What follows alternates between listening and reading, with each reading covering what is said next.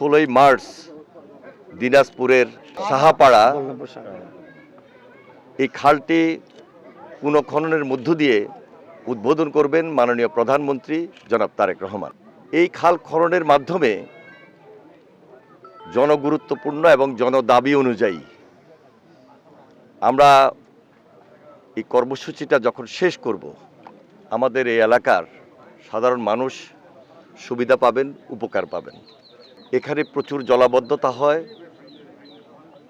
আমরা এই খালটা খননের মধ্য দিয়ে জলাবদ্ধতা দূর হবে। খালের পানি যখন খেতে যাবে, সেচ প্রক্রিয়ার মধ্য দিয়ে সেখানে উৎপাদন বৃদ্ধি পাবে। এই খালটি প্রায় 12.5 কিলোমিটার। আমরা পানি সম্পদ মন্ত্রণালয়ের উদ্যোগে এই দায়িত্বটুকু নিয়েছি।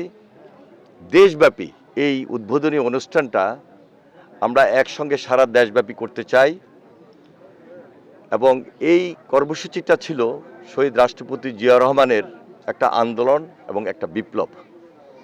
দেশকে স্বনির্ভর করাই ছিল তার লক্ষ্য।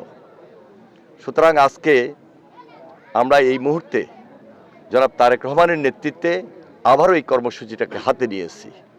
আপনারা জানেন যে দীর্ঘদিন খাল খনন বা পুনঃখনন প্রক্রিয়া বন্ধ ছিল, বাধাগ্রস্ত ছিল এবং অনেক খাল অথবা অনেক নদী অনেক জায়গায় সেখানে আপনার পলি জমিয়েছিল, অনেক জায়গায় দোকানপাট বাড়িঘর সেখানে একদম খালের মাঝখানে গড়ে উঠেছিল।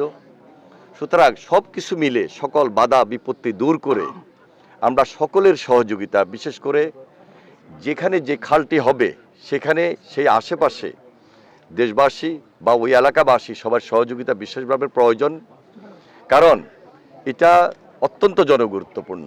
দেশের জন্য এই মুহূর্তে খুব বেশি প্রয়োজন। আমরা যদি খাল খনন প্রক্রিয়ার মাধ্যমে এই কাজটুকু সমাপ্ত করতে পারি, সমাধান করতে পারি এবং শহীদ রাষ্ট্রপতি জিয়া রহমান, দেশনেত্রী বেগম খালেদা জিয়ার অসমাপ্ত কাজ আমরা সমাপ্ত করতে পারি, আমরা দেশবাসী উপকৃত হব। এবং আপনাদেরকে বুঝতে হবে যে দেশে যে ফসল, এই ফসল উৎপাদন দ্বিগুণ হবে, উৎপাদন বৃদ্ধি পাবে। এই জন্য সবার সহযোগিতা বিশেষভাবে প্রয়োজন। এই জন্য আমরা এই কর্মসূচি নতুনভাবে হাতে নিয়েছি।